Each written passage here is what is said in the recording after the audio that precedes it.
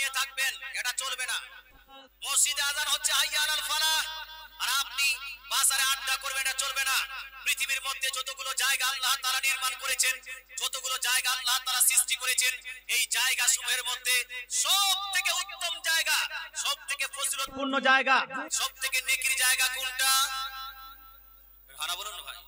সবথেকে নেকির জায়গা আল্লাহ তাআলা রাসূল ইরশাদ করেছেন, সহিহ মুসলিম শরীফ জিলদ নম্বর মধ্যে হাদিস, রাসূলুল্লাহ বলছেন, আহাব্বুল বিলাদ ইলাল্লাহি মাসাজিদুহা, আল্লাহ তাআলার এই জমিনে আল্লাহ তাআলার কাছে সবথেকে প্রিয় জায়গা, সবথেকে উত্তম জায়গা হলো পৃথিবীর মসজিদ সমূহ।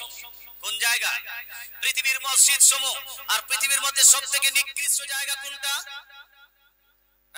সবথেকে খারাপ জায়গা আল্লাহ তাআলা রাসূল বলছেন, ওয়া আবকাসুল বিরাদ ইলাল্লাহি আসওয়াকুহা, পৃথিবীর মধ্যে সবথেকে নিকৃষ্ট জায়গা, সবথেকে খারাপ জায়গা হলো বাজার সমূহ। এই পৃথিবীর বাজারগুলো সবথেকে নিকৃষ্ট। কিন্তু ভাই আজকে আপনাকে বলতে চাই, পৃথিবীর মানুষ দিনে প্রত্যেক দিন মসজিদে যদি না যায়, কমসে কম বাজারে অবশ্যই যায়। এক বেলা অবশ্যই আপনারা যান, আপনার স্ত্রীরা যায় না, আপনার বেটিরা যায় না হয়তো, কিন্তু যতগুলো পুরুষ আছে দিনে একবার না একবার বাজারে মার্কেট অবশ্যই যাবে। কেউ আবার দিনে সকালেও মার্কেটে যায় আর রাত্রিতেও মার্কেটে যায়। দুইবার করে দিনে আপনি মার্কেটে যাচ্ছেন, বাজারে যাচ্ছেন, আর একবার আপনি মসজিদে যাচ্ছেন না। আপনি কিভাবে মুসলমান হলেন? মুসলমান আপনাকে বলতে চাই, প্রকৃত মুসলমানের দায়িত্ব, প্রকৃত মুসলমানের কর্তব্য কোনটা? প্রকৃত মুসলমানের মধ্যে কমসে কম 5টা জিনিস লাগবেই লাগবে। এই 5টা জিনিস যদি একজন মানুষ আদায় না করে, সেই ব্যক্তি কোনোদিন প্রকৃত মুসলমান হতে পারে না। কয়টা জিনিস লাগবে? জোরে বলুন না, কয়টা? কমসে কম 5টা। আল্লাহ তাআলা রাসূল ইরশাদ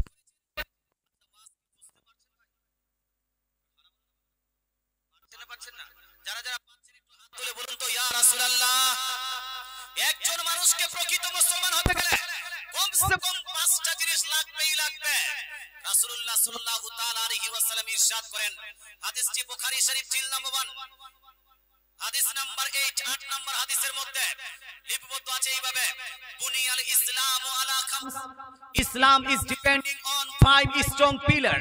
নবীজি বলছেন ইসলাম নির্ভর করে 5টি স্তম্ভের উপর। 5টি স্তম্ভের কোনটা কোনটা?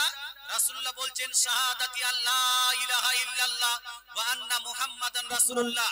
প্রথম স্তম্ভটা হলো লা ইলাহা ইল্লাল্লাহ মুহাম্মাদুর রাসূলুল্লাহ পাঠ করা। এই জিনিসটা আপনাকে পাঠ করতে হবে।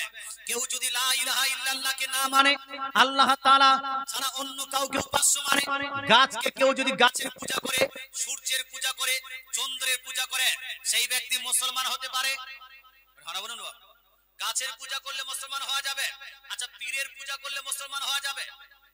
ভালো বলুন ভাই। আমরা পীর সম্মান করব না পূজা করব? জোরে বলুন না। আপনারা তো পীর মানেন, ভালো ভালো না মানেন না? মানে কি? তাকে পূজা করেন না সম্মান করেন?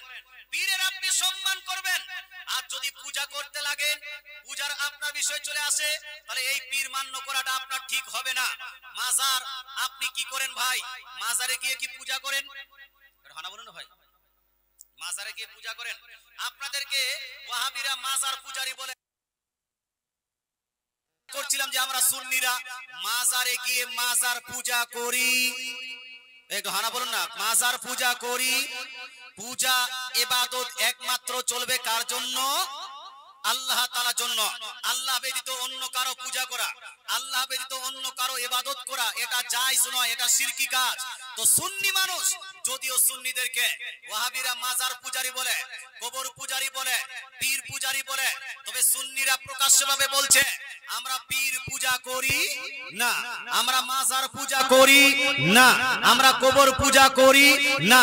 আমরা কবরে এবং মাজারে গিয়ে কবর এবং মাজার জিয়ারত করি, পূজা করি না।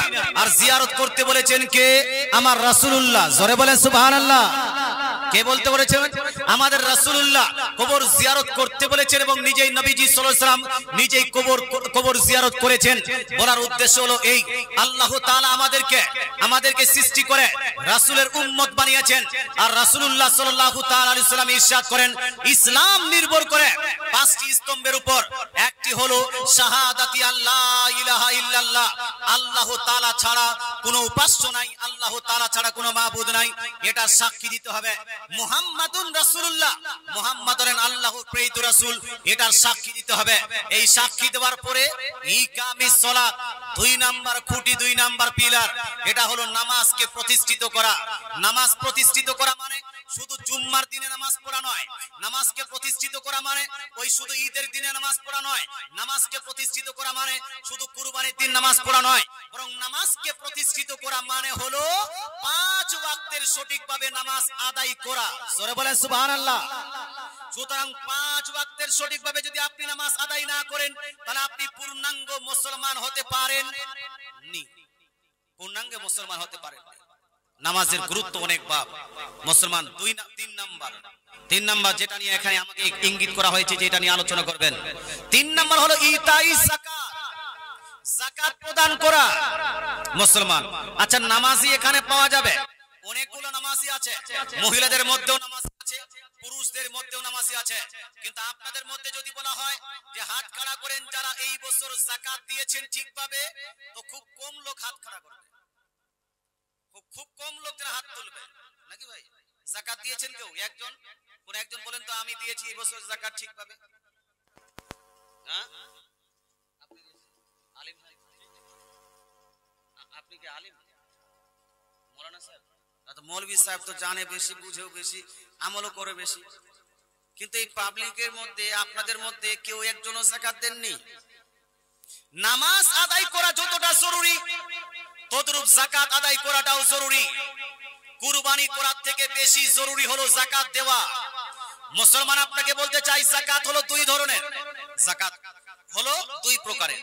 এক, ফসলের যাকাত, যা ফসল আবাদ করেছেন এটা যাকাত দিতে হবে। আর 2 নাম্বার হলো বাৎসরিক যাকাত। ফসলের যাকাত মানে হলো এই ফসলের যাকাতকে আরবিকে অন্য জায়গায় বলা হয়েছে উশুর। এটাকে কি বলা হয়েছে? উশুর। মুসলমান আল্লাহ তাআলার জমিন, আল্লাহ তাআলা জমিন আপনাকে দিয়েছেন, এই জমিনে যাহা কিছু ফসল আবাদ করছেন প্রত্যেকটা ফসলে আপনাকে উশুর আদায় করতে হবে। আম হোক, ধান হোক, গম হোক, সরিষা হোক, আপনার আলু, পেঁয়াজ, লাল বেগুন যাই হোক না কেন, ভুট্টা হোক, প্রত্যেকটা ফসলে আপনাকে উশুর আদায় করতে হবে। উশুরটা কত দিতে হবে ভাই?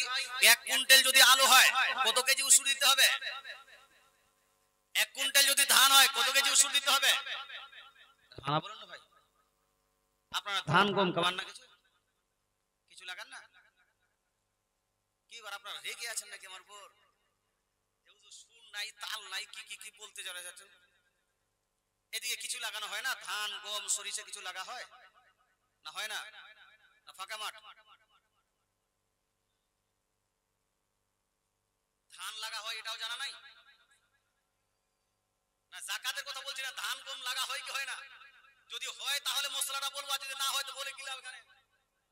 ওটাই তো বলছি, ওটা জিজ্ঞেস করছি। এখন যদি ধান গম এখানে লাগাই না হয়, যেমন আপনি আমেরিকা যদি যান তাহলে ওখানে যেন ওই সরিষা লাগা হয় না মনে করেন, ওখানে ওই মশলা দিয়ে কোনো লাভ হবে না? লাভ না। এই জন্য বলছি ধান লাগা হয়, গম লাগানো হয়, সরিষা লাগানো হচ্ছে, তারপরে আপনার আলু, বেগুন, টমেটো লাগানো হচ্ছে। এই যে আপনারা ফসল লাগালেন, এই প্রত্যেকটা ফসলে আপনাকে উশুর আদায় করতে হবে। কতটা উশুর দিতে হবে জানা নাই? জানা নাই তো বেঁচে আছেন কেন ভাই? মুসলমান আপনাকে বলতে চাই, আল্লাহ তাআলা রাসূল ইরশাদ করেন, মা সাকাতুহুস সামা ফাফিহিল উশুর। অর্থাৎ আল্লাহ তাআলা রাসূল বলছেন, আকাশের বৃষ্টিতে বর্ষিত হয়, যাহা কিছু ফসল আবাদ করেছেন সেই প্রত্যেকটা ফসলে আপনাকে 10 ভাগের 1 ভাগ আল্লাহর রাস্তায় দিয়ে দিতে হবে। কত ভাগের 1 ভাগ ভাই? 10 ভাগের 1 ভাগ। আলু লাগিয়েছেন, আলু 10 ভাগের 1 ভাগ, 1 কুইন্টালে 10 কেজি দিয়ে দিতে হবে। যদি আপনি কি বলছেন ধান লাগান, তাহলে ধানতে 10 ভাগের 1 ভাগ, অর্থাৎ 1 কুইন্টালে 10 কেজি, 10 কেজিতে 1 কেজি আপনাকে দিয়ে দিতে হবে।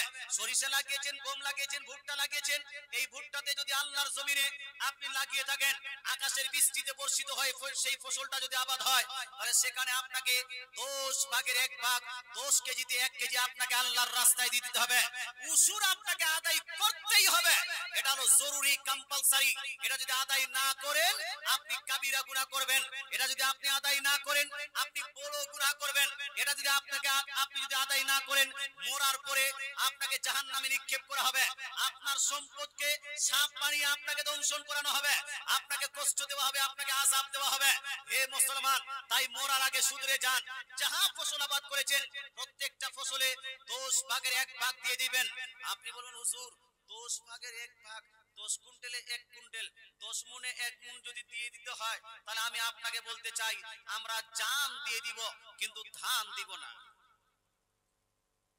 কথা বুঝে গেল? জান দিয়ে দিব কিন্তু ধান দিব না। এত ধান দিলে হয়? মুসলমান আপনাকে বলতে চাই, আপনি যদি ধান না দেন আমার তো কিছু করার নাই, কিন্তু মরার পরে আপনার খবর আছে কি নাই? এই খবর আছে না নাই? আকাশের বৃষ্টিতে যদি বর্ষিত হয়, কোন ফসল আবাদ হয়, সেখানে 10 ভাগের 1 ভাগ দিয়ে দিতে হবে। আর যদি আকাশের বৃষ্টিতে না হয়, সেচের মাধ্যমে হয়, কোন মার্শেলের মাধ্যমে, কোন সেলোর মাধ্যমে, টিউবওয়েলের মাধ্যমে, জাতার মাধ্যমে, অথবা পাশে নদী আছে, নদী থেকে যেন আপনার মেশিন দিয়ে আপনার পানি ক্রয় করে আপনি যদি ফসল আবাদ করেন, এখানে আপনাকে 20 ভাগের 1 ভাগ 20 কেজিতে 1 কেজি, 1 কুইন্টালে আপনাকে 5 কেজি আল্লাহর রাস্তায় দিয়ে দিতে হবে। ফকিরকে দিয়ে দিবেন, মিসকিনকে দিয়ে দিবেন, গরিবকে দিয়ে দিবেন, ইবনে সাবিলকে দিয়ে দিবেন, প্রয়োজনীয় ব্যক্তিদেরকে দিবেন। এবং যদি আপনি মাদ্রাসায় দিতে চান, তাহলে মাদ্রাসা কর্তৃপক্ষকে বলে দিবেন যে এটা আমি উসুরের ধান দিলাম, এটা আমরা উসুরের গম দিলাম। তাহলে 2 প্রকারের উসুর হলো। উসুর একটা হলো আকাশের বৃষ্টিতে হলে কত ভাগের 1 ভাগ? এ বলুন না, 10 ভাগে 1 ভাগ। আর যদি সেচের মাধ্যমে হয় কত ভাগে 1 ভাগ? 20 ভাগে 1 ভাগ, 20 ভাগে 1 ভাগ। প্রত্যেকটা মানুষ আদায় করবেনই করবেন। এটা যদি আদায় না করেন ভাই, তাহলে আপনার খাদ্যটা পবিত্র হুকমান হচ্ছে না। যাকাতের অর্থ হলো টু পিউরিফাই ইওর প্রপার্টি, নিজ সম্পদকে পবিত্র করা। যাকাত মানে হলো পবিত্র করা।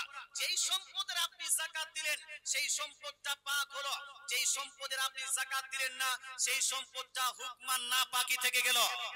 কথা বোঝা গেল? এই জন্য আপনি নাপাক খাদ্য খাবেন না। এটা হলো ফসলের যাকাত। প্রত্যেকটা মানুষ ফসলের যাকাত দিবেন।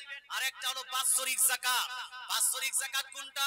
বাৎসরিক যাকাত হলো অনেকগুলো মাস্টার সাহেব আছেন, অনেকগুলো ডাক্তার সাহেব আছেন, অনেকগুলো মেম্বার সাহেব আছেন, পুলিশ আছেন, যারা ফসল আবাদ করেন না, তাদের কাছে টাকা পয়সা আছে। এই টাকা পয়সা বছর 1 বছর অতিবাহিত হওয়ার পরে আপনি 3 প্রকারের সম্পদকে একত্রিত করুন। এক, টাকা পয়সা যা আছে, ব্যাংক ব্যালেন্স যা আছে, যদি আপনার সেভিং থাকেন, সেভিং এর কতগুলো টাকা আছে, যদি আপনি ব্যাংকে যদি জমা রাখেন, জমায় কত টাকা আছে, এলআইসি তে কত টাকা আছে, এই সমস্ত টাকাগুলো আপনি কাউন্ট করেন। 2 নাম্বার, আপনার বাড়িতে কতগুলো সোনা আছে, কতগুলো রূপা আছে, আপনার স্ত্রী সোনা পড়ে, আপনার বেটির কাছে রূপা আছে, স্ত্রী, বেটি, মা, বোন যার কাছে সোনা রূপা যতটুকু আছে, সমস্ত সোনা রূপা গুলো আপনি কাউন্টিং করেন। 3 নাম্বার, আপনি যদি বিজনেস করে থাকেন, একটা কাপড়ের বিজনেস করছেন, কাপড়ের দোকানে যতগুলো কাপড় আছে এই কাপড়টাকে কাউন্টিং করতে হবে। আপনি টাইলসের দোকান করেন, টাইলস যতগুলো আছে ওই টাইলসের আপনার টাইলস গুলো আপনাকে কাউন্টিং করতে হবে। আপনি মুদিখানা দোকান করেন, মুদিখানা দোকানে যতগুলো মাল আছে যেটা বিক্রি করতে হবে সেই মালটাকে আপনাকে কাউন্টিং করতে হবে। এই 3 প্রকারের মাল সম্পদকে আপনি কাউন্টিং করেন। 1, আপনার টাকা পয়সা। 2, আপনার বাড়িতে সোনা গয়না এবং রূপা এবং চাঁদি যা আছে। 3, আপনার সম্পদের যতগুলো মাল আছে সবকে একত্রিত করে আপনি হিসাব লাগান কত টাকা হলো। তারপরে এই টাকাটা যদি 52.5 তোলা চাঁদি, কত তোলা চলাম? 52.5 তোলা চাঁদি। 52.5 তোলা বুঝতে পারলাম না হুজুর, তো বুঝে যান 1 তোলা পরিমাণ 11.66 গ্রাম চাঁদি। 1 তোলা পরিমাণ 11.66 গ্রাম চাঁদি। তাহলে 10 গ্রামে যদি ভরি হয়, 10 গ্রামে যদি ভরি হয় 1 ভরির থেকে একটু বেশি। আর যদি 12 গ্রামে ভরি ধরেন তাহলে 1 ভরির থেকে একটু কম। মুসলমান আপনাকে বলতে চাই এইরকম করে আপনি ভরি হিসাব নেন তো 11.66 গ্রাম যদি চাঁদি হয় তাহলে 52.5 তোলা চাঁদি আনুমানিক ধরে নিলাম আমি যে 50 ভরি রূপা বা 10 গ্রামে 50 ভরি রূপা। এখন বর্তমান যদি 500 টাকা ভরি হয় রূপা তাহলে কমসে কম 25,000 টাকা হবে। 25,000 টাকা যদি সম্পদ হয় এই 3টি জিনিস মিলিয়ে টাকা, সোনা, রূপা এবং আপনার বিজনেসের সম্পদ, তাহলে আপনার প্রতি যাকাত ফরজ হয়ে গেছে। এখানে যদি হাউলানে হাউল হয়ে যায় আপনার প্রতি যাকাত ফরজ। যখনই আপনার প্রতি যাকাত ফরজ হবে প্রত্যেক বছর আপনাকে যাকাত বের করতে হবে। 100 টাকায় 2.5 টাকা, 40 ভাগে 1 ভাগ। কত ভাগে 1 ভাগ ভাই? এই জোরে কত ভাগে এক ভাগ? যদি জীবনী 7 দিন পর্যন্ত হয় তখন আপনারা সুন্দরভাবে বসে শুনে নেন, জীবনে কত মজা লাগে। কিন্তু ভাই জীবনীর সঙ্গে সঙ্গে যদি আপনার এই মাসলু মাসাইল জানা না হয় তাহলে আপনার মরণই আছে না নাই? আছে না? জীবনী জীবনী জীবনী শুনুন, কিন্তু জীবনের সঙ্গে সঙ্গে আপনাকে মাসলা মাসাইল শিখতে হবে, নচেত আপনি প্র্যাকটিক্যাল জীবন প্র্যাকটিক্যাল লাইফে সেটাকে বাস্তবায়ন করতে পারবেন না। আমি বলছিলাম বাৎসরিক যাকাত দেওয়ার জন্য 25 থেকে 50,000 টাকা রূপার দাম হিসেবে আমি ধরলাম, মাঝখানে ধরলে 40,000 টাকা। আমাদের গ্রামে যদি আপনি অ্যানালাইসিস করেন আপনার গ্রামে, তাহলে আপনার গ্রামে 80% মানুষের উপর যাকাত ফরজ আছে। কত পার্সেন্ট? 80% মানুষের উপর যাকাত ফরজ আছে। কমসে কম বলছি এর থেকে বেশি হয়, কিন্তু এই 80% মানুষের মধ্যে একজন মানুষও মাস্টার হন, ডাক্তার হন, মেম্বার হন, মুখিয়া হন, মোড়ল হন, যদি কোনো ব্যক্তি মোড়ল হয়েছে আর ও যাকাত আদায় করে না, তাকে মোড়লগিরি বাদ দিতে হবে, তাকে মোড়লে রাখা যাবে না। যেই ব্যক্তি যাকাত আদায় করবে না তাকে মসজিদের কমিটিতে রাখা যাবে না। যেই ব্যক্তি যাকাত আদায় করবে না তাকে মসজিদের ইমাম বানানো যাবে না। যেই ব্যক্তি যাকাত আদায় করবে না তাকে মসজিদের আপনাদের সেক্রেটারি বানানো যাবে না। যেই ব্যক্তি যাকাত আদায় করবে না তাকে মসজিদের মুয়াজ্জিন বানানো যাবে না। এটা হলো শরীয়তের বিধান। কিন্তু ভাই আপনাকে বলতে চাই, ফকির মিসকিনের আপনার পেটে লাত মেরে যাকাতের টাকা খেয়ে আজকে আমাদের মোড়ল তৈরি হয়ে গেছে, আজকে আমাদের সরদার তৈরি হয়েছে, এরা নাকি সমাজের বিচারক হিসেবে কাজ করবে। আরে হ্যাঁ, নিজে তো ফকিরে হক মারলে, নিজে তো মিসকিনে হক খেয়ে বসে আছো, তাহলে এ বিচারক হতে পারবে ভাই? এটা হানা বলে না ভাই, বিচারক হতে পারবে না। মুসলমান রাগ লাগবে, কিন্তু সত্য ঘটনা এটাই যে যাকাত আপনাকে আদায় করতেই হবে, করতে হবে।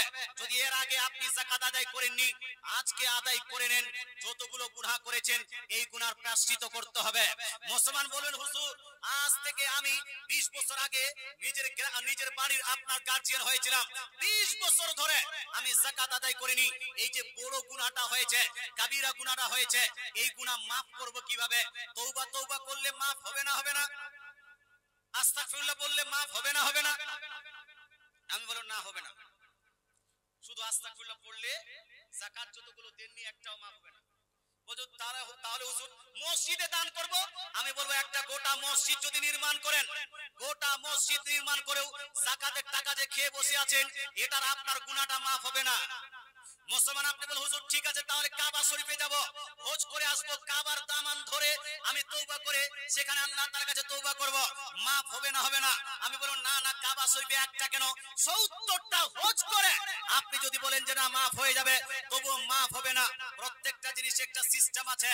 সিস্টেমটা হলো এই, যারা যাকাতের টাকা খেয়েছেন, নিজের টাকা মনে করছেন না, ওটা আপনার টাকা নয়, আল্লাহ তাআলা দিয়েছেন আপনাকে সম্পদ, কিছুটা আপনার খাবার জন্য, কিছুটা ফকির মিসকিনদের জন্য, সেটা খেয়ে বসেছেন না, এটাকে যদি আপনি maaf করাতে চান তাহলে পদ্ধতিটা কি? পদ্ধতিটা হলো এই যে 10 বছর ধরে 20 বছর ধরে যে আপনি যাকাত দেননি, কতগুলো টাকা আপনি খেয়েছেন, কতগুলো আপনি যাকাত সম্পদ খেয়েছেন, এই সম্পদের অ্যাকাউন্ট করেন, এই সম্পদকে গণনা করে আপনি আজকে বের করে দেন, তারপরে আপনি তওবা করেন আল্লাহ তাআলার কাছে, এই তওবাটা কবুল হবে। মশলা খুব কড়া হয়ে গেল না? খুব কড়া হলো, এগুলা করতে পারবে? হুজুর এতটা আবার আমল করা যায় না, যায় নাকি? আমি বলবো ভাই এটা এখন বলছেন এতগুলো আমল করা যায় নাকি? মরার পরে ভাববেন এটা আমাকে মশলা বলেনি কেন কেউ, যদি আমাকে বলতো তাহলে হাফ বিঘা জমি বিক্রি করে আমার বাকি যাকাতগুলো আমি আদায় করে দিতাম। মুসলমান আপনাকে বলতে চাই, তাই আজও সময় আছে শুধরানোর। মুসলমান আপনি ইসলাম করুন, ইসলাম ধর্মকে বিশ্বাস করেন, আল্লাহকে বিশ্বাস করেন, রাসূলুল্লাহকে বিশ্বাস করেন, তাই যাকাত এবং উসুর এই দুইটা জিনিস এমন দুইটি কাজ, যেই কাজটি প্রত্যেক মুসলমানের জন্য হলো ফরজ, আপনাকে আদায় করতে হবে। কয়টা বললাম ইসলামে খুঁটি? 3টা বললাম ভাই, এই 3টি খুঁটি অবশ্যই আদায় করবেন। 4 নাম্বার হলো সওমে রমজান, রমজান মাসের রোজা রাখা। যদি কোনো ব্যক্তি রমজান মাস পেয়ে যান আর সাবালক সাবালিকা হয়ে থাকেন, মাহওয়ারি যদি না হয়ে থাকে, পাগল যদি না হয়ে থাকে, যদি নাবালক না হয়ে থাকেন, তাহলে রমজান মাস আসলে অবশ্যই রোজা রাখতে হবে। এই রমজান মাসের রোজাটা আমাদের প্রতি ফরজ করে দেওয়া হয়েছে। 5 নাম্বার হলো, যদি আপনার কাছে শক্তি থাকে, যদি আপনার কাছে টাকা পয়সা থাকে, ইনিস্তাতা ইলাইহি সাবিলা, যদি আল্লাহর ঘরে যেতে পারেন, তাহলে আপনাকে হজ আদায় করতেই হবে। অনেকগুলো মানুষ হজ ফরজ হয়ে যাবার পরেও হজ আদায় করে না। মুসলমান আপনাকে বলতে চাই, হজ যদি ফরজ হয়ে যায়, হজটা অতি সত্বর আদায় করে নেবেন। আল্লাহ তাআলা আমাদের বুঝার তৌফিক দান করুক, আমল করার তৌফিক দান করুক, বলেন আমিন। এই বলে আমি বক্তৃতা অন্য টপিকে নিয়ে যাচ্ছি। একবার দরুদ শরীফ পাঠ করুন, আল্লাহুম্মা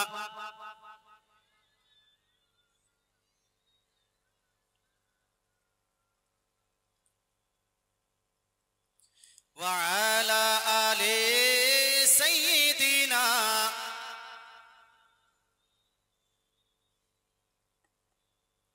মাওলানা মুহাম্মদ। আমি কোরআনুল মাজিদ ফুরকানুল হামিদ থেকে একটি আয়াত তেলাওয়াত করেছি। আল্লাহ তাআলা বলেন, ইন্না আ'তাইনাকাল কাউসার, হে নবী নিশ্চয়ই আমি আপনাকে অসংখ্য গুণাবলী দান করেছি, অসংখ্য নিয়ামত দান করেছি, নিশ্চয়ই আমি আপনাকে কাউসার দান করেছি। এই আয়াতটি যখন অবতীর্ণ হয়, আল্লাহ তাআলা রাসূল সাহাবীদেরকে জিজ্ঞেস করলেন, হাল তাদরুনা মাল কাউসার, তোমরা কি জানো কাউসার কাকে বলা হয়? সাহাবীরা বললেন, আল্লাহু ওয়া রাসূলুহু আলাম, আল্লাহ এবং তার রাসূল ভালো জানেন। রাসূলুল্লাহ বলছেন, হুয়া নাহরুন আতানি রাব্বি ফিল জান্নাতি, কাউসারটা হলো একটি নাহার, একটি নদী, একটি বড় পানি পান করার জায়গা, যেটা আল্লাহ তাআলা আমাকে দান করেছেন, যেটি জান্নাতের একটি নাহার। জোরে বলেন সুবহানাল্লাহ। কাল কিয়ামতের মাঠে উত্তপ্ত ময়দানে কঠিন আযাবের দিনে যখন আমার উম্মতি পিপাসিত হবে, যখন আমার উম্মতিকে পিপাসা লাগবে, আচ্ছা মরার পরে কিয়ামতের দিন যখন আপনি উঠবেন, পিপাসা যখন লাগবে, পানি কোথায় পাবেন ভাই? পানি কোথায় পাবেন? হুজুর এখান থেকে বিসলারি নিয়ে যাব, কিনলি পানি নিয়ে যাব, ওখানে একটা টিউবওয়েল লাগিয়ে নিব নাকি ভাই? হ্যাঁ, কিয়ামতের দিন পানি কোথায় পাওয়া যাবে? তো কিয়ামতের দিন বিসলারির কোনো ব্যবস্থা থাকবে না, আপনার সেখানে কোনো কিনলি পানির ব্যবস্থা থাকবে না, টিউবওয়েল আর মার্শেলের ব্যবস্থা থাকবে না, সেখানে একটাই ব্যবস্থা, সেটা হলো হাউজে কাউসার। জোরে বলেন সুবহানাল্লাহ। যখন মানুষ পিপাসিত হবে, যখন মানুষকে তৃষ্ণা লাগবে, আল্লাহ তাআলা রাসূল নিজের হাত দিয়ে গুনাহগার উম্মতিকে পানি পান করাবেন। জোরে বলেন সুবহানাল্লাহ। হাউজে কাউসারে একবার কেউ যদি পানি পান করে, জান্নাতে যাওয়া পর্যন্ত তাকে আর পিপাসা লাগবে না। আমরা হাউজে কাউসারে পানি পান করতে চাই না, চাই না? হানা বলেন না, চাই না, চাই না? যারা চান একটু হাত তুলে বলুন তো, ইয়া রাসূলুল্লাহ। মাশাআল্লাহ, সুবহানাল্লাহ। আপনারা চান হাউজে কাউসারে পানি পান করতে? যদি আপনারা চান, আমাদের মধ্যে মুসলমান যুবকদের মধ্যে অনেকগুলো মদখোর পাওয়া যায় কি যায় না? যায় না? যেমন সুদখোর আছে, ঘুষখোর আছে, তদ্রুপ মদখোর আছে না নাই? আছে। শরাব পান করনেওয়ালা আছে না নাই? আছে।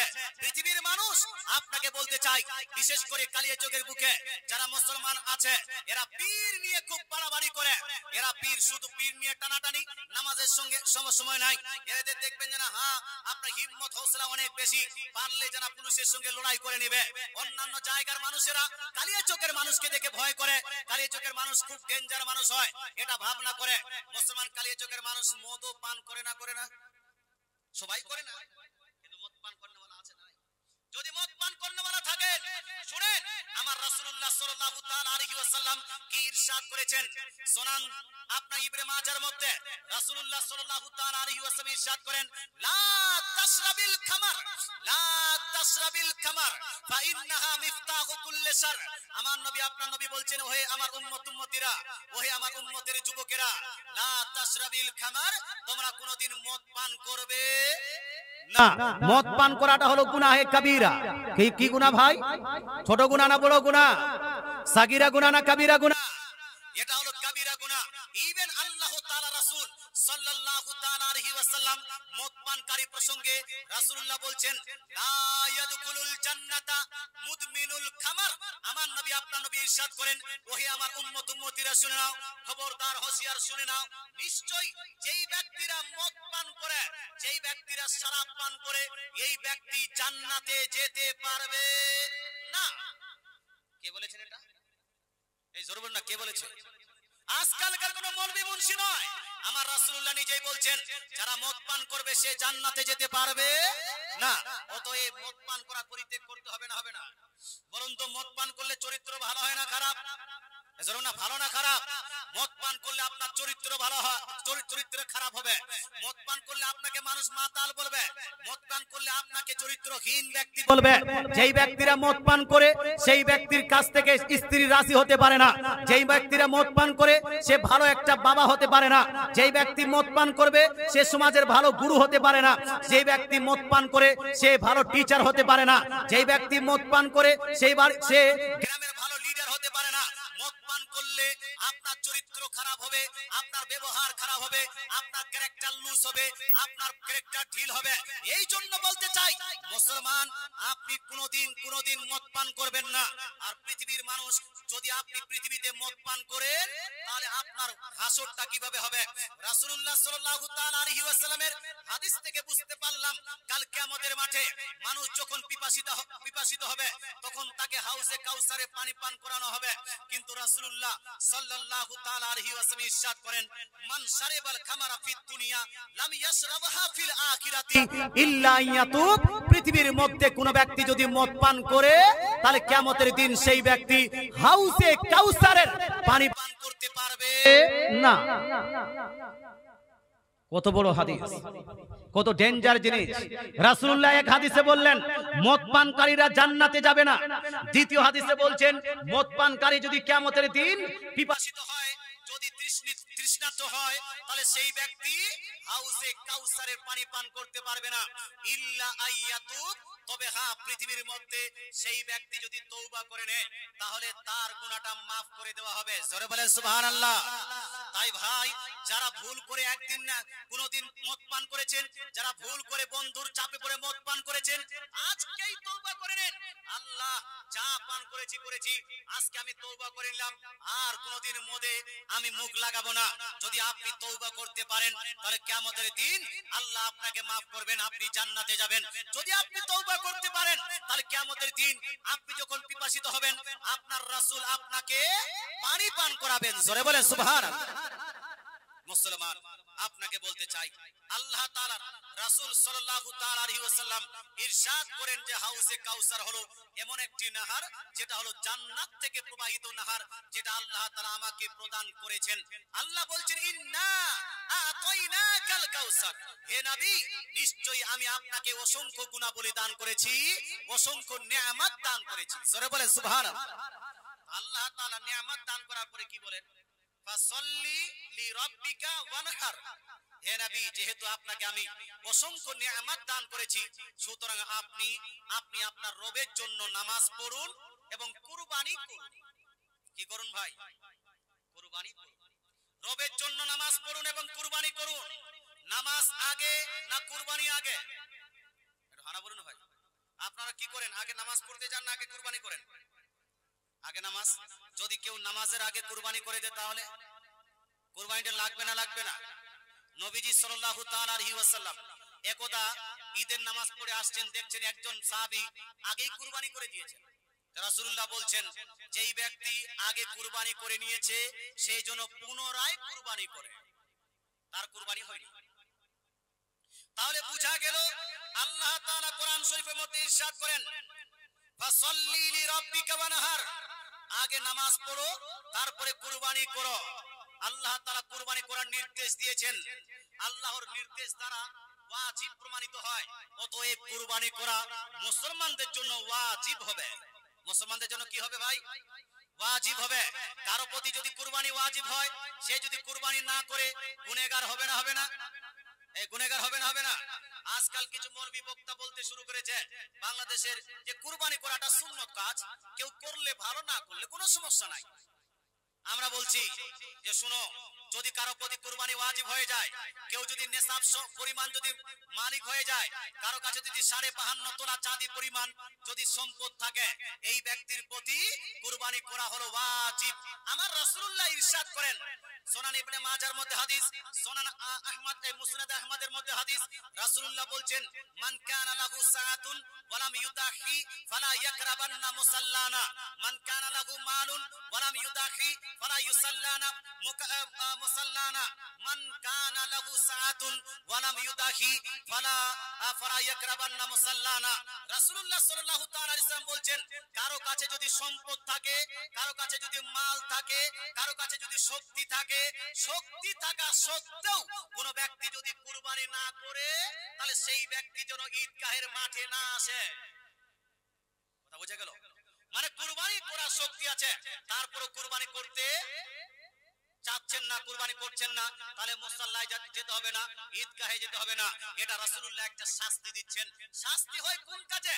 যেটা জরুরি কাজ, সেই কাজে শাস্তি হয়। অতএব এই আপনার কুরবানি করাটা হলো ওয়াজিব এবং জরুরি। যার কাছে সম্পদ আছে তাদেরকে কুরবানি করতে হবে। কিন্তু আমাদের দেশের মানুষ দেখা যায় কুরবানি, আচ্ছা আপনাদের দেশে কুরবানি কোনটা বেশি দেয়, গরু না খাসি? গরুটা বেশি দেয় না খাসি? হ্যাঁ, গরুটা। যদি খাসি দেন তবুও ঝামেলা আছে, আর যদি গরু দেন তবুও ঝামেলা আছে। বাংলাদেশের এক বক্তা তারিক মুনাওয়ার বলছে খাসি করা হলো হারাম। খাসি করা কি হারাম, আর খাসিকৃত খাসির কুরবানি করা হলো নাজায়েজ গুনাহের কাজ। কোন ব্যক্তি যদি খাসির কুরবানি করে, কুরবানি হবে না। দামড়া গরু, কেউ দামড়া গরু বুঝেন আপনারা? আপনি দিকে কি বলে জানি না, বাছি না, বাছি তো ষাঁড়, ষাঁড় তো যেটা হিন্দুরা ছাড়ে ওটাকে বলে। এটা বেটা গরু, এটা বেটি গরু। তো বেটা গরু কেউ যদি আপনার যার খাসি করা হয়েছে ওই গরু যদি কেউ কুরবানি দেয়, তো এ বলছে কুরবানি লাগবে না। 2 নাম্বার, আমরা গরু যখন কুরবানি দিই ভাগ দেই কি দেই না ভাই? 7 ভাগে কুরবানি, 7 ভাগে কুরবানি যে আপনারা দিচ্ছেন, এই ভাগে কুরবানি দেওয়া জায়েজ না না জায়েজ? বাংলাদেশের আব্দুর রাজ্জাক বিন ইউসুফ বলছে 7 ভাগের কুরবানি দেওয়া এটা হলো না জায়েজ গুনাহের কাজ, চলবে না। মুসলমান কেন? তাকে জিজ্ঞেস করা হয়েছিল, তার সন্তান, তার আপনার ছেলে আব্দুল্লাহ বিন আব্দুর রাজ্জাক বলছে কারণটা হলো 7 ভাগে এই জন্য হবে না, কারণ গরুর আত্মা কয়টা? গরুর আত্মা কয়টা হয়? একটা না 7টা? যদি গরুর আত্মা একটা হয়, 7টা যদি না হয়, তাহলে যখন বিসমিল্লাহ আল্লাহু আকবার বলে কাটবেন, তো আপনার একটা আত্মাই কাটলো, একটা আত্মা বের হলো, সেই আত্মাটা একটার জন্য যথেষ্ট হবে, 7 জনের জন্য যথেষ্ট হবে না। এটা হলো তাদের ফতোয়া। কিন্তু ভাই আমাদের হানাফি মাযহাবের ফতোয়া হলো এই যে খাসি করা এটা হলো জায়েজ। ছাগল খাসি করতে পারেন, গরু খাসি করতে পারেন, ঘোড়া খাসি করতে পারে, আপনার যারা কি বলছে দুম্বা খাসি করতে পারে, মেষ খাসি করতে পারে, অন্ডকোষ বের করে যেটা করা হয় সেটাকে বলা হয় খাসি। এটা শরীয়তের মধ্যে জায়েজ আছে।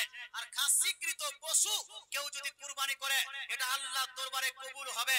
ইভেন ফুকাহা ইকরাম বলছেন যে পাঠা থেকে খাসির কুরবানি করলে বেশি নেকি হবে, বেশি ভালো হবে। জোরে বলে সুবহানাল্লাহ। পাঠা অপেক্ষা খাসির কুরবানি করা বেশি ভালো। মুসলমান কেন? তার কারণটা হলো আমার নবী, আপনার নবী, দয়ার নবী, মায়া নবী যখন কুরবানি করতেন কিভাবে কুরবানি করতেন? একটি হাদিস তেলাওয়াত করি। হাদিসটি লিপিবদ্ধ আছে সুনান ইবনে মাজাহ জিলদ নাম্বার 1 হাদিস নাম্বার 3241 এর মধ্যে, 3241 এর মধ্যে লিপিবদ্ধ আছে আন আয়েশা ওয়া আবি হুরায়রা রাদিয়াল্লাহু তাআলা আনহুমা قال ان رسول الله صلى الله تعالى عليه وسلم আয়েশা সিদ্দিকা রাদিয়াল্লাহু তাআলা আনহা এবং হযরত আবু হুরায়রা রাদিয়াল্লাহু তাআলা থেকে বর্ণিত হাদিস, উনি বলছেন কানা রাসূলুল্লাহ সাল্লাল্লাহু তাআলা আলাইহি ওয়াসাল্লাম ইদা আরাদা আইয়ুদাহিয়া, অর্থাৎ নবীজি সাল্লাল্লাহু আলাইহি ওয়াসাল্লাম যখন কুরবানি করার নিয়ত করতেন, কুরবানি করার যখন নিয়ত করতেন, ইস্তারা, তো নবীজি আপনার কিনতেন, নবীজি ক্রয় করতেন কাবসাইনি, 2টি মেষ আপনার ক্রয় করতেন। 2টি মেষ কেমন ছিল? তো উনি বলছেন আসিমাইনি, 2টি মেষ বড় বড় মেষ, সামিনাইনি মোটা তাজা, আকরানাইনি সিং বিশিষ্ট, আমলা হাইনি ধূসর বর্ণের, ওয়া মাউজু আইনি, আর 2টাই ছিল খাসিকৃত। জোরে বলেন সুবহানাল্লাহ। কি করা ছিল ভাই? 2টাই মাউজু আইন। ইমাম ইবনে কাসির বলছেন আই খাসি আইন, 2টি হলো খাসিকৃত মেষ রাসূলুল্লাহ কুরবানি করতেন। কুরবানি করার সময় ফাসাবাহা আহাদুহুমা আন উম্মতিহি, তার মধ্যে একটা কুরবানি করতেন গোটা উম্মতের জন্য। জোরে বলেন সুবহানাল্লাহ। রাসূলুল্লাহ 2টি কুরবানি করতেন, তার মধ্যে একটি করতেন গোটা উম্মতের জন্য, আর দ্বিতীয়টা করতেন আন মুহাম্মাদিন ওয়া আলিহি, দ্বিতীয়টা করতেন নিজের জন্য এবং নিজের পরিবারের জন্য। তাই রাসূলুল্লাহ সাল্লাল্লাহু আলাইহি ওয়াসাল্লামের হাদিস থেকে যেহেতু প্রমাণিত যে নবীজি সাল্লাল্লাহু আলাইহি ওয়াসাল্লাম খাসি কুরবানি করেছেন, এই কুরবানি করাটা, খাসি কুরবানি করাটা জায়েজ হবে না না জায়েজ ভাই? এই জায়েজ হবে না না জায়েজ? এবার যদি কোনো বক্তা, কোনো মৌলবি যদি বলে না জায়েজ হবে না, ওই বক্তার কথা মানা যাবে? ওই বক্তার কথা ফলো করা যাবে? নো। কারণ আমাদের স্লোগান হবে, দুনিয়ার যদি গোটা দুনিয়ার মৌলবীরা যদি একদিকে হয়ে যায়, গোটা দুনিয়ার যদি বক্তা একদিকে হয়ে যায়, আর কোরআন হাদিস যদি আরেক দিকে থাকে, তাহলে গোটা দুনিয়াকে বাদ দিয়ে রাসূলুল্লাহর হাদিসকে ফলো করতে হবে, স্লোগান দিতে হবে, দয়ার নবী যেই দিকে আমরা আছি, কোরআন হাদিস যেই দিকে, সুন্নি মুসলমান সেই দিকে। এই জন্য বলছি ভাই, খাসি কুরবানি করা এটা হলো জায়েজ। আরেকটা ফতোয়া যে 7 ভাগে কুরবানি করা যাবে না, 7 ভাগে কুরবানি করা যাবে না, এটাও হলো ভুল ফতোয়া, এটা সঠিক ফতোয়া নয়। আচ্ছা, আপনাদের দেশে যখন কুরবানি করেন তো ভাগ কয়টা করেন? 7টা ভাগ আগে করেন না, আগে 3টা ভাগ করেন আপনারা। 3টা ভাগ করার পরে একটা বাড়িতে রাখেন, একটা আত্মীয় স্বজনদের জন্য, ওটাও বাড়িতে রেখে দেন। আর একটা কার জন্য? ফকির মিসকিনদের জন্য। ফকির মিসকিনদের জন্য যেটা ভাগ, ওটা কাকে দেন? সমাজকে দিয়ে দেন। দেয় না দেয় না? এখানে সমাজে দেয় না? মশলাকে বলবো হানা বলুন ভাই। এই যে এক ভাগ আপনি বাড়িতে রাখলেন, এক ভাগ আত্মীয় স্বজনদের জন্য, ওটাও বাড়িতে রাখলেন, দ্বিতীয় ভাগ যেটা ফকির মিসকিনদের জন্য, এটা সমাজে দিয়ে দিলেন। সমাজ কি করবে? ওখান থেকে 2-4টা বাড়িতে যারা ভাগ করার পরে যারা যারা কুরবানি দেয়নি, তারপরে যে গোশতটা বেঁচে গেল, এই গোশতটা আবার বিতরণ করে আপনারা নিয়ে নিলেন। হয় না হয় না? তবে এই আপনার পদ্ধতি জায়েজ না না জায়েজ বলবো রে ভাই? বলবো? মশলা তো আপনার জানা নাই, ফতোয়া আপনি জানছেন না, কিন্তু আপনি করেই চলে যাচ্ছেন। যারা যারা শুনতে চান একটু হাত তুলে বলুন তো ইয়া রাসূলুল্লাহ। যারা যারা হাত তুলেছেন 500 টাকা করে দান করেন তো মসজিদের নামে, মাসলা শোনার জন্য। টাকাটা দরকার আছে না? আছে না? তো আপনি দেন আগে 500। এই মাশাআল্লাহ, কি নাম? জি, মাতাহার। আচ্ছা, মাতাহার বাবু দিয়েছে 1000 টাকা। নারাই তাকবীর। সব জন ঘুমিয়ে গেছে নাকি জি? নারাই তাকবীর, নারাই রিসালাত। মাতাহার হোসেন সাহেব 1000 টাকার দাতা। এই যে আপনার কেশিয়ার সাহেব তখন থেকে টাকা নাটছিলেন, কি নাম? সামিউল বাবু। আমার সামিউল বাবু দিয়েছে 500 টাকা। 2 জন হয়ে গেল। আর হবে না ভাই? 500 করে দেনওয়ালা কেউ নাই? এই যে বাবু যান, দেখতে খুব ভালো লাগছে, আপনি দিয়ে যান না 500 দেন, আল্লাহকে নাম বেঁধে দে ভাই। আরেকজন দেখেন, মাশাআল্লাহ সুবহানাল্লাহ, একদম তাগড়া মানুষ চলে আসছে। একটু জোরদার নারা লাগান তো, যেন 500 টাকায় 5000 টাকা বের হয়ে যায়। নারাই তাকবীর, নারাই তাকবীর, নারাই রিসালাত। সমস্ত দানকারী, কি নাম? বাবলু শেখ 500 জায়গায় উনি 700 দিয়েছেন। মাশাআল্লাহ সুবহানাল্লাহ, 3টা হয়ে গেছে, আর 3টা হয়ে গেছে, 5টা কমসে কম করেন। আরো দিবেন, আরো দিবেন। মাশাআল্লাহ সুবহানাল্লাহ। এই দিয়েছেন না, দিয়ে যান না, আমি জবরদস্তি করি না, জবরদস্তি করি না। কি নাম? ওই নাম বলার দরকার নাই। একজন ভাই আরো দিয়েছেন 1000 টাকা, তাহলে 4টা হয়ে গেল। মাশাআল্লাহ সুবহানাল্লাহ। আরেকজন দিন তো, কি নাম ভাইজান? মাজিদুর, আপনার কাকু আমার, উনি দিয়েছেন 500 টাকা। হয়ে গেছে 5টা, হয়ে গেছে, আর লাগবে না, নিয়ে যান। নিবজি? আচ্ছা ঠিক আছে। বেনামি, বেনামি 505 টাকা দিয়েছেন। আল্লাহ তাআলা দানকে কবুল করুন, জোরে বলেন আমিন। মাশাআল্লাহ, 6টা হয়ে গেছে। 6টা যখন হয়ে গেছে 10টা করেন কমসে কম। কি নাম? বেনামি 500, 1000 আছে। বেনামি 1000 টাকা দিয়েছে, হয়ে গেল 7টা। এটা বেনামি 500, হয়ে গেল 8টা। আর 2 জন আসেন তো ভাই, আর 2 জন আসেন। মাশাআল্লাহ, কি নাম? সালেক, সালেক বাবু আমার দিয়েছে এই যে 500 টাকা, হয়ে গেল 9টা। আর লাগবে মাত্র একটা। নারাই তাকবীর। কি বাস সব যারা ঘুমিয়ে যাচ্ছেন কেন? বক্তা লাগবে চাঙ্গা তাগড়া, আর এই শ্রোতা লাগবে কুড়িয়া নাকি? হ্যাঁ, নারাই তাকবীর। কত সুন্দর শ্রোতা আছে, আর চুপচাপ ঘুমিয়ে গেছে সব। নারায়ে তাকবীর, নারায়ে রিসালাত, নারায়ে রিসালাত। সমস্ত দানকারী মাশাআল্লাহ। আর একটা লাগবে 500 টাকা। এই মা, এই দাদু আপনি দিয়েছেন টাকা? হ্যাঁ দিবেন না নাকি? দিন 500 টাকা দিন। মাশাআল্লাহ সুবহানাল্লাহ। এখানে যতগুলো আছে সবাই দিয়েছেন। আপনি দিয়েছেন হুজুর?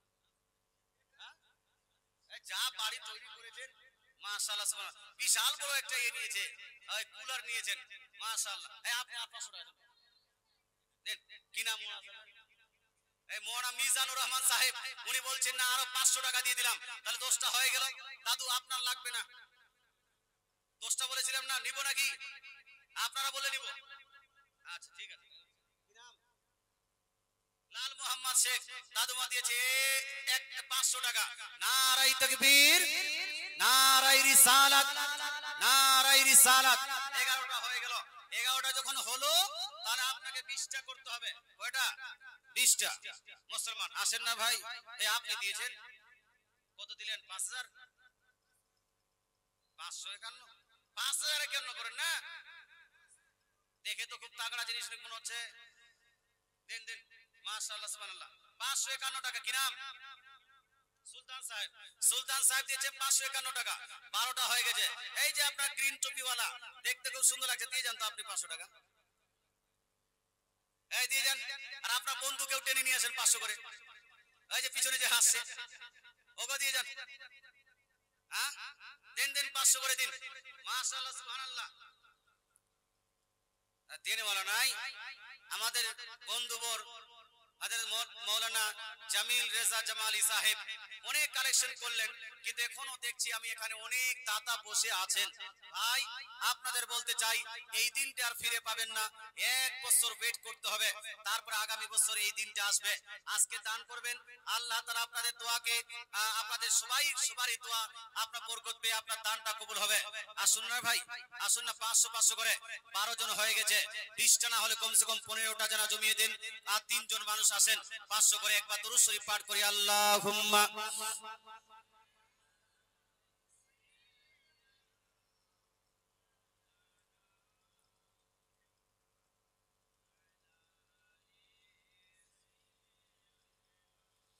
ওয়া আলা আলি সাইয়্যিদিনা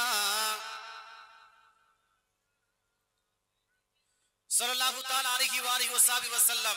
ভাইজান যারা যারা বাকি আছে রে মা বোনেরা, আপনারা তো অনেক টাকা এখন, বিশেষ করে কালিয়াচকের মা বোন, বিড়ি বাঁধার টাকা আলাদা, মমতা ভান্ডারের টাকা আলাদা, তারপরে আর কি কি যে আছে মাশাআল্লাহ, এতগুলো টাকা আছে মা বোন, আপনারা দিয়ে যান না। 500 500 করে 5টা মা কমসে কম দিন। বলে হুজুর আপনি গজল শোনাচ্ছেন না, এই জন্য আমি বলবো না। তা আপনার জন্য গজল শোনাবো না, কমসে কম মাসরা বলবো ইনশাআল্লাহ তাআলা। এদিকেও মা বোন আছেন, এদিকেও আছেন, এদিকে সামনেও আছেন। এই মা বোনেরা দিয়ে যান। 500 500 করে যদি পারেন তো দিয়ে যান, আপনারই লাভ হবে, আপনারই নেকি হবে। মাশাআল্লাহ সুবহানাল্লাহ। আচ্ছা আরেকবার দরুদ শরীফ পড়েন তো। আল্লাহুম্মা সাল্লি আলা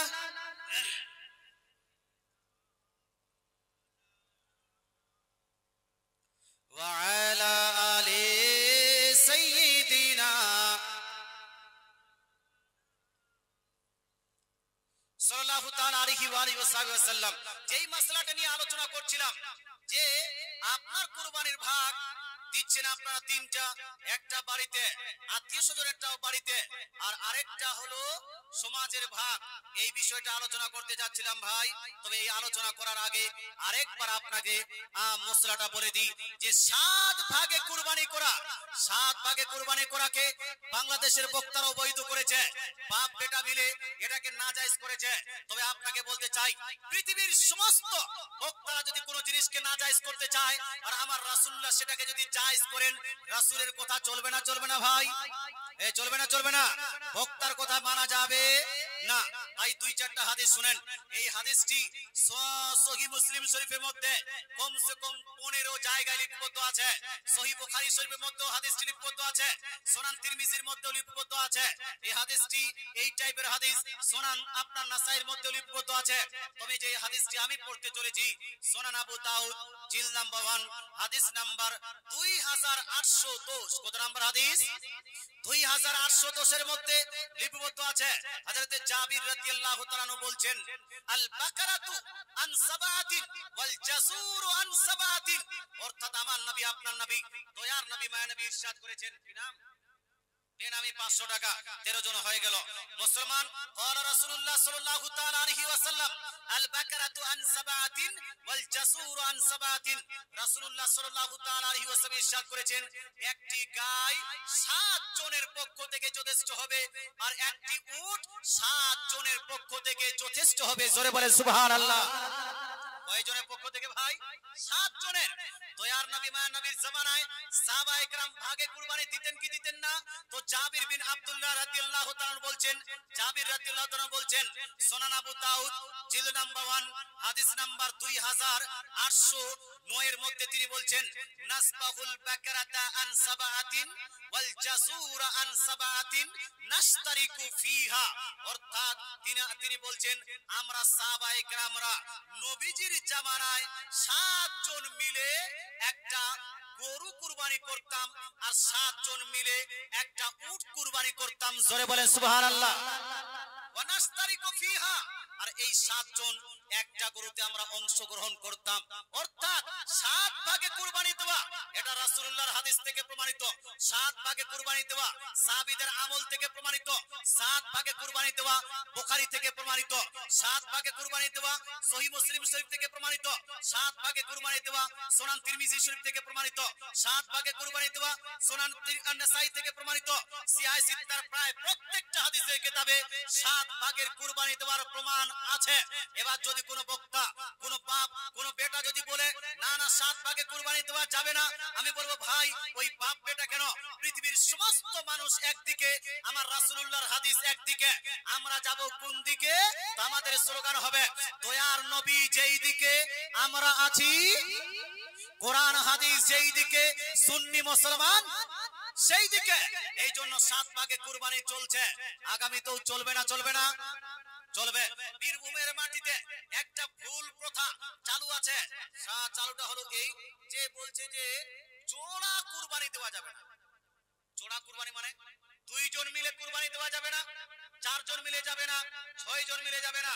হয়তো একজনে দিতে হবে গোটা কুরবানি, গোটা গরু, না হলে 2-3 জন মিলে গোটা গরু দিতে হবে, না হলে 5 জন মিলে দিতে হবে, না হলে 7 জন মিলে দিতে হবে। জোড়া নয়, বেজোড় মানুষকে অংশগ্রহণ করাতে হবে, তাহলে কুরবানি হবে। আমি আপনাকে বলতে চাই, এই ধারণা, এই আপনার মন্তব্য শরীয়ত বিরোধী ধারণা। এটা হলো শরীয়ত বিরোধী মন্তব্য। এই রকম কোন ধারণা ইসলাম শরীয়তে নাই। বরং একটা গরু একজন যদি কুরবানি করতে চায় করতে পারবে না? পারবে না? 2 জন যদি মিলে করতে চায় পারবে না? পারবে না? 3 জন মিলে যদি করতে চায় করতে পারবে না? পারবে না? একজন যদি একাই যদি করতে চায় তবুও পারবে।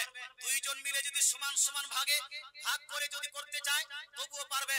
3 জন মিলে যদি সমান সমান ভাগে ভাগ করতে চায় তবুও পারবে। 4 জন মিলে যদি সমান সমান ভাগে গরু কুরবানি করতে চায় পারবে। 5 জন মিলে যদি সমান সমান ভাগে গরু কুরবানি করতে চায় করতে পারবে। 6 জন মিলে যদি আপনার সমান ভাগে কুরবানি করতে চায় একটা গরু বা উট করতে পারবে। ঊর্ধ্বে হলো 7 জন। ঊর্ধ্বে কত? 7 জন। কিন্তু 5 জন গরু কিনলো আর সমান সমান ভাগ, পারবে না? পারবে না? ভাগে 5টা দিল, 7টা দিল না। আমাদের সমাজের মধ্যে এই ভুলটা কিন্তু আছে, বুঝলেন? 7টা ভাগ 5টা হলো আর 2টা কোনো করে দেখ, কোনো মতো করে দেখ। কথা বোঝা গেল? এটা নয়। একাই যদি 10টা গরু কুরবানি করে হবে না? হবে না? একজনের নামে যদি 40টা গরু কুরবানি করা হয় তবু হয়ে যাবে। সুতরাং ঊর্ধ্বে হলো 7 ভাগ, নিচে আপনি 1 ভাগ 2 ভাগ 3 ভাগ যত ভাগে কুরবানি করবেন সমস্ত ভাগগুলো জায়েজ হবে। আল্লাহ তাআলা আমাদের বুঝার তৌফিক দান করুক। আমাদের সমাজের মধ্যে আরেকটা ভুল প্রথা আছে। ভুল প্রথা হলো এই যে কুরবানির যখন চাঁদ উঠে যায়, কুরবানির চাঁদ উঠলে গরু ছাগল মুরগি পোল্ট্রি সব বন্ধ হয়ে যায়। হয় না? হয় না?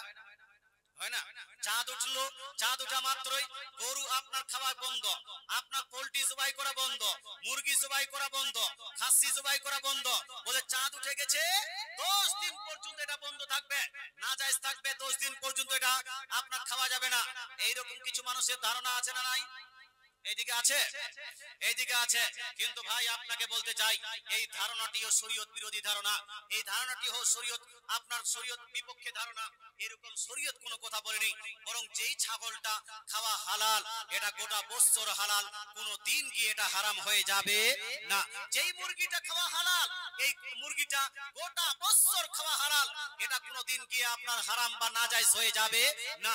চাঁদ ওঠার আগে যেভাবে মুরগি খাওয়া জায়েজ ছিল, চাঁদ ওঠার আগে যেভাবে হাঁস জবাই করা জায়েজ ছিল, চাঁদ ওঠার আগে যেভাবে পোল্ট্রি জবাই করা জায়েজ ছিল, চাঁদ ওঠার একদিন পরে 2 দিন পরেও সেম ভাবে জায়েজ থাকবে। এটাকে মাকরু পর্যন্ত বলা যাবে না, নিষিদ্ধ বলা যাবে না, অপছন্দনীয় বলা যাবে না, বরং খেলে মানুষের সমাজের মধ্যে যেটা কুসংস্কার আছে, সেই কুসংস্কারকে দূর করার লক্ষ্যে যদি আপনি চাঁদ ওঠার পরে মুরগি জবাই করে খান, তাহলে নেকি পাবেন। কি পাবেন ভাই? নেকি পাবেন। আপনার যদি এটা লক্ষ্য থাকে যে আমি খেয়ে সমাজকে দেখিয়ে দিব আর সমাজে যেন একটা কুসংস্কার আমি দূর করে দিব, মুসলমান আপনাকে বলতে চাই, তাহলে চাঁদ ওঠার পরে মুরগি পোল্ট্রি জবাই করা যাবে না। এই কথা ঠিক না ভুল? এই যে হানা বলুন না ভাই, ভুল যাবে, এটা ভুল না ঠিক? যাবেটাই ঠিক। কথা বুঝে গেল? অনেকগুলো জায়গাতে বিবাহটাও যেন বাদ দিয়ে দেয়, যে বিবাহ করা যাবে না, বিবাহের অনুষ্ঠান রাখা যাবে না, গরু জবাই করা যাবে না, তো বিবাহ কেন করাবো? আকিকার অনুষ্ঠানগুলো পাঠিয়ে দিচ্ছে। খবরদার, হোশিয়ার, এই কাজ করবেন না। যেভাবে পূর্বে খাচ্ছিলেন সেভাবে খাবেন। এখন ব্যক্তিগত ব্যাপার, যদি আপনি না খেতে চান, এটা আপনার ব্যাপার। যে 10 দিন পরে তো কুরবানি হচ্ছে, বেশি বেশি গোশত খাবো, তখন আর খাবো না, 10 দিন খাবো না, এই হিসাবে যদি আপনি না খান, এটা আপনার ব্যক্তিগত ব্যাপার। কিন্তু শরীয়তের সঙ্গে কানেক্টেড করে এটাকে যাবে না বলা যাবে না। 2 নাম্বার, এখানে আরেকটা প্রথা আছে, চাঁদ ওঠার পরে নখ কাটা বন্ধ, চাঁদ ওঠার পরে চুল কাটা বন্ধ, চাঁদ ওঠার পরে দাড়ি কাটা বন্ধ। যতগুলো মানুষ চাঁদকে কি বলছে কুরবানি করার নিয়ত করেছে, দাড়ি টাড়ি সব রেখে দিয়েছে, এইরকম বড় বড় দাড়ি হয়ে যাচ্ছে কুরবানি আপনার কুরবানির দিন পর্যন্ত। আর যখন নেই কুরবানি আসলো, সব কেটে একদম কাটারে ফেলে দিয়েছে। হয় না? না, হ্যাঁ, বলে হুজুর চাঁদ ওঠার পরে দাড়ি কাটা যাবে? চাঁদ ওঠার পরে দাড়ি কাটা যাবে, চুল কাটা যাবে? কথা বোঝা গেল? আর এই করেন কি করেন না? হয় চাঁদ উঠলো দাড়ি কাটা বন্ধ, হয় না? হয় না মুসলমান? তো শুনুন, চাঁদ ওঠার পরে দাড়ি কাটা যাবে না, যাবে না, এই মর্মে কোনো হাদিস নাই যে দাড়ি কাটা যাবে না বা যাবে, এই মর্মে কোনো হাদিস নাই মুসলমান। তবে আল্লাহ তাআলা রাসূল ইরশাদ করেন, যেই ব্যক্তিরা কুরবানি করার নিয়ত করেছে, সহিহ মুসলিম শরীফ হাদিস, যেই ব্যক্তিরা আপনার পশু ক্রয় করেছে অথবা কুরবানি করার নিয়ত করেছে, এই ব্যক্তিরা চাঁদ ওঠার পর থেকে নিয়ে 10 দিন যেন নখ না কাটে, চুল না কাটে। যদি না কাটে, এরা কাটবে কোন দিন? কুরবানির দিনে কাটবে, এরা সওয়াব পাবে, নেকি পাবে। জোরে বলে সুবহানাল্লাহ। তবে এমনটা নয় যে নখ কেটে দিলে আপনার গুনাহ কাবীরা হয়ে যাবে, গুনাহ কাবীরা নয়, এটা ওয়াজিব বা ফরজ নয়, বরং মুস্তাহাব একটা কর্ম। যার নামে কুরবানি হচ্ছে বা যেই ব্যক্তি কুরবানির পশু ক্রয় করেছে, নিয়ত করেছে, এই ব্যক্তি চাঁদ ওঠার পর থেকে নিয়ে 10 তারিখ পর্যন্ত নখ কাটবে না, চুল কাটবে না মুসলমান। এটা হলো মুস্তাহাসান কর্ম, মুস্তাহাব কর্ম। তবে দাড়ি কাটা, এ মুসলমান আপনাকে বলতে চাই, আচ্ছা দাড়ি কাটা কুরবানির দিন কি জায়েজ আছে? কুরবানির দিন 10 দিন কাটলেন না, তো কুরবানির দিন কেটে দিলেন, জায়েজ হবে না? কুরবানির দিনও জায়েজ নয়, চাঁদ ওঠার পরেও জায়েজ না, চাঁদ ওঠার আগেও জায়েজ না। এক মুষ্টি দাড়ি আপনাকে, কমসে কম এক মুষ্টি দাড়ি আপনাকে রেখে নিতে হবে। তারপরে যদি কাটতে চান, ব্যাপারটা আলাদা। তো চাঁদ ওঠার আগে যেভাবে যেন দাড়ি চাচাটা হারাম ছিল, চাঁদ ওঠার পরেও হারাম থাকবে, তদ্রূপ কুরবানির দিনেও হারাম থাকবে মুসলমান। আপনাকে বলতে চাই, দাড়ির সঙ্গে কুরবানির চাঁদের কোনো সম্পর্ক নাই। আপনাকে আল্লাহ তাআলা বুঝার তৌফিক দান করুক। মুসলমান 10 দিন যখন রাখতে পেরেছেন তাহলে সারা বছর রাখতে পারবেন না কেন? আপনি বলেন হুজুর এই জন্য রাখতে পারবো না কারণ আমার এখন বিবাহ হয়নি। যদি আমি দাড়িটা রেখে নিই আমাকে মানুষ বেটি দিবে না, বেটিরা আমাকে পছন্দ করবে না, আমার গার্লফ্রেন্ড আমাকে ছেকা দিয়ে দিবে, আমাকে ছেড়ে পালিয়ে চলে যাবে। আমি বলবো ভাই যদি প্রেমিকা পালিয়ে যায় তাহলে আলহামদুলিল্লাহ পড়ো, দাড়িটা রেখে নাও। মুসলমান যদি আপনি ভাবেন যে আমি দাড়িটা রেখে নিব তো আমাকে বেটি দিবে না, হে মুসলমান পৃথিবীর মানুষ আপনাকে বলতে চাই পৃথিবীর মধ্যে দাড়িওয়ালার বিয়ে হয় না? হয় না? হানা বলুন ভাই, এই দাড়িওয়ালার বিয়ে হয় না? দাড়িওয়ালার বিয়ে হয়। বলছে হুজুর দাড়িওয়ালার তো হয় কিন্তু ওই কালু কালুটি পাবো, সুন্দর পাবো না। হে মুসলমান এটাও আপনার ভুল। দেখবেন মৌলভী সাহেবরা দাড়ি রেখে বিয়ে করেছে, মৌলভী সাহেবের স্ত্রী সবথেকে বেশি সুন্দর হয়। হয় না? হয় না?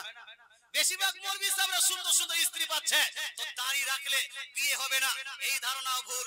দাড়ি রাখলে সুন্দর বহু পাওয়া যাবে না এই ধারণাও ভুল। আপনি বলবেন হুজুর বিবাহ করে নিয়েছি এবারও দাড়ি রাখবো না কেন? কারণ আমার স্ত্রী পছন্দ করে না। স্ত্রী অবজেকশন করতে পারে। স্ত্রী অবজেকশন করার কারণে আমরা মেরিড অর্থাৎ বিবাহিত মানুষেরা আমরা দাড়ি রাখি না। আমি আপনাকে বলতে চাই খবরদার হুঁশিয়ার, স্ত্রীর বাহানা দিবেন না, মহিলাদেরকে পাপী করবেন না, মহিলাদেরকে গুনাহগার করবেন না, মহিলাদেরকে বদনাম করবেন না। মহিলারা কোন পুরুষ যদি দাড়ি রাখতে চায় এরা নিষেধ করে, এই নিষেধ করে মুসলমান। এখন তো হিন্দুদেরকে দেখছি তারাও যারা দাড়ি রাখছে, কলেজের ছেলেরা তারাও দাড়ি রাখছে, ইউনিভার্সিটির ছাত্ররা তারাও দাড়ি রাখছে, ইউনিভার্সিটির টিচাররা তারাও দাড়ি রাখছে, স্কুলের টিচাররা তারাও দাড়ি রাখছে, ক্রিকেটাররা তারাও দাড়ি রাখছে, ফিল্ম স্টারের যারা হিরোরা তারাও দাড়ি রাখছে। দাড়িটা তো ফ্যাশন হয়ে গেছে, এখন কোন মহিলা নিষেধ করতে পারে না। আর এখন কেন কিয়ামত পর্যন্ত কোন মুসলমান ঘরের মহিলা আপনি দাড়ি রাখলে আপনাকে নিষেধ করতে পারে? পারে না। খবরদার হুঁশিয়ার, মেয়েদেরকে বদনাম করবেন না, এটা আপনার ব্যক্তিগত ব্যাপার। আপনাকে ভালো লাগে না বলে আপনি কেটে দিচ্ছেন। খবরদার হুঁশিয়ার, দাড়ি কাটাটা হলো হারাম, দাড়ি চাচাটা হলো হারাম, এটা আমাদের মুসলমানদের জন্য জায়েজ নয়। দাড়ি রেখে নেবেন এটাই হলো আপনার জন্য প্রযোজ্য। দাড়ি যদি কেউ কাটে অর্থাৎ দাড়ি কেউ যদি চাচে গ্রামের মোড়ল হতে পারবে না, গ্রামের সর্দার হতে পারবে না। হুজুর আমাদের সর্দার হয়ে যেত, আপনার সর্দার আপনারা বানিয়েছেন, শরীয়তের দৃষ্টিকোণ থেকে বানিয়েছেন। শরীয়তের দৃষ্টিকোণ থেকে মোড়ল হবে দাড়িওয়ালা, শরীয়তের দৃষ্টিকোণ থেকে সর্দার হবে দাড়িওয়ালা, শরীয়তের দৃষ্টিকোণ থেকে মসজিদের সেক্রেটারি হবে দাড়িওয়ালা, মসজিদের ক্যাশিয়ার হবে দাড়িওয়ালা। মুসলমান আপনাকে বলতে চাই তবে আমরা চালাচ্ছি নিজের মতো করে, ব্যাপারটা আলাদা। দাড়িটা রেখে নেন ভাই, দাড়ি কেউ চাচবেন না। আল্লাহ তাআলা বুঝার তৌফিক দান করুক। দুইটা মশলা বললাম, এবার ওই 7 ভাগের মধ্যে 3 ভাগের মধ্যে 1 ভাগ যে সমাজের মধ্যে দিচ্ছেন এই ভাগটা দেওয়া জায়েজ না না জায়েজ এটা নিয়ে আলোচনা করতে চাই। করব না? এ রাগ করছেন আপনারা? এই মশলা শুনে রাগ করছেন? জি, শুধু মশলা আর মশলা। মুসলমান তো এই বিষয়টা নিয়ে আলোচনা করব। তার আগে আপনাদের কাছে একটা অ্যানাউন্সমেন্ট করে দিই। আমার প্রায় 50 খানা বই লেখা হয়ে গেছে, বইয়ের লিস্টগুলো পিছনে দেওয়া আছে। আর আমার একটা ওয়েবসাইট, পার্সোনাল ওয়েবসাইট আছে, ওয়েবসাইটটার নাম হলো www.keyofislam.com। কি অফ ইসলাম মানে হলো ইসলামের চাবি, ইসলামের keyofislam.com এর মধ্যে আমার অনেকগুলো বই আপলোড করা আছে। মুফতি জুবাইর সাহেবের বই আপলোড করা আছে, মুফতি সামদানি সাহেবের বই আপলোড করা আছে, অনেকগুলো লিখনি।